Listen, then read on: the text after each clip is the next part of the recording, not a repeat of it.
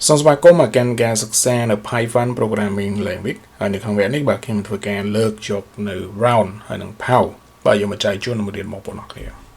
អញ្ចឹង round នេះពីច្រើនគេប្រើមួយ float ជឿទៅហោបាទខ្ញុំលើកយកនៅ round មុន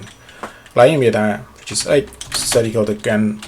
5.1234 នេះអូខេហើយបើសិនខ្ញុំ print out នៅ x នេះឥឡូវគឺច្បាស់ណាស់វាជា float ហ្នឹងឯងគឺជាលេខធម្មតាវា print out ចេញមក5.1345 ចុះពេលខ្លះខ្ញុំចង់បានកតុយទៅ2ឬនិយាយថា 5.12 តែខ្ញុំត្រូវធ្វើយ៉ាងម៉េចអញ្ចឹង round កន្លែងនេះគឺវាអាចជួយយើងបានដោយយើងនិយាយថា just going to print round parenthesis ហើយយើងផាសនៅ x ទៅជា float ដោយ access នៅ element ខ្ទង់ទី2 which is going to be កតុយយើងក៏យើងចង់បានពីព្រោះមុននេះយើងចង់បាន2អញ្ចឹងយើងដាក់2មកចេះហើយខ្ញុំដាក់2ឥឡូវនេះគឺច្បាស់ណាស់វាសូតែកតុយ2ខ្ទង់ឲ្យយើងតែ1 2នេះហើយមួយវិញទៀតបើសិនយើងអត់ចង់បានកតុយទេគឺយើងលុបបាននៅ which is document ខ្ទង់ទី2ចោលឥឡូវនេះគឺវា print តលេខដែលជា integer ខាងមុខនេះយើងវា round យើង5ហើយ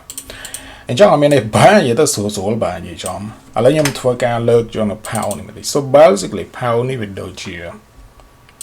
ការដែល which is យើងមាននៅ base name យើងមាននៅ name យើងមាននៅ fantasy name លេនេះ which is represent p x y z so basically បើសិនខ្ញុំចង់យក4 multiply by 4 multiply by 4ខ្ញុំតែនិយាយថា x សេរីទៅកាន់4 multiply by 4 is time 4ហើយបើសិនខ្ញុំ print out ឥឡូវមានថា x គឺវា64អញ្ចឹងនិយាយថា64អូខេ so ប៉ុន្តែពេលខ្លះខ្ញុំអត់ចង់សេអញ្ចឹងបើខ្ញុំចង់ប្រើនៅ pow នេះវិញពីព្រោះ pow នេះវាមាន x y z អញ្ចឹងអ្វីខ្ញុំត្រូវធ្វើកន្លែងនេះគឺខ្ញុំមិននិយាយ4កូននៃ4កូននៃ4នេះទេក៏ប៉ុន្តែ design ចំនួននៃការខ្ញុំនិយាយអញ្ចឹងខ្ញុំនិយាយចេះវិញ x សេរីទៅកាន់ pow which is ដាក់4ហើយ which is 3បាទយើងប្រើ x y អញ្ចឹងកន្លែងនេះគឺវាមានន័យថាវាដូចជា4កូនឲ្យនឹង4ហើយស្មើប្រមាណកូនឲ្យនឹងអានឹងវាដូចនឹង frequency ដែលវាដូចជាកម្រងមួយដែលខ្ញុំ return frequency នៅក្នុង4កូនឲ្យ4កូនឲ្យ4បាទដោយសារខ្ញុំដាក់ which is នៅក្នុង option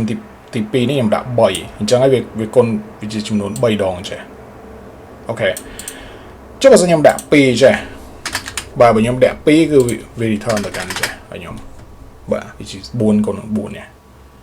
ហើយបើខ្ញុំបើកឥឡូវគឺ4 2ដងមែន which is 8គឺយ៉ាងណាមកខ្ញុំអត់បានបង្កើត print បានតែខ្ញុំមានដាក់ print ទេ which is print x which is going to be 4 ដងបើខ្ញុំច្រឡំ4 ដងដល់6តែខ្ញុំនិយាយថា4 2ច្រឡំ4 2ដង8ខ្ញុំច្រឡំបាទសោះឲ្យតោះកន្លែងនេះបាទ16អូខេអញ្ចឹងបើសិនខ្ញុំដាក់3អញ្ចឹងវាត្រូវគុណ4នេះអញ្ចឹង4 ដង16ហើយ16គុណនឹង4មែនវាស្មើនឹង64អញ្ចឹងចម្លើយគឺច្បាស់ណាស់ស្មើនឹង64ហើយមួយវិញទៀត design នេះវាជា x បាទ which is base number ហើយ 3នេះវាជា y ហើយវានៅកតុយមួយទៀត which is n% ណាំជាមួយខ្ញុំធ្វើការចែកនឹង5បន្តិចបាទឥឡូវខ្ញុំ press play ឥឡូវគឺវាស្មើនឹង4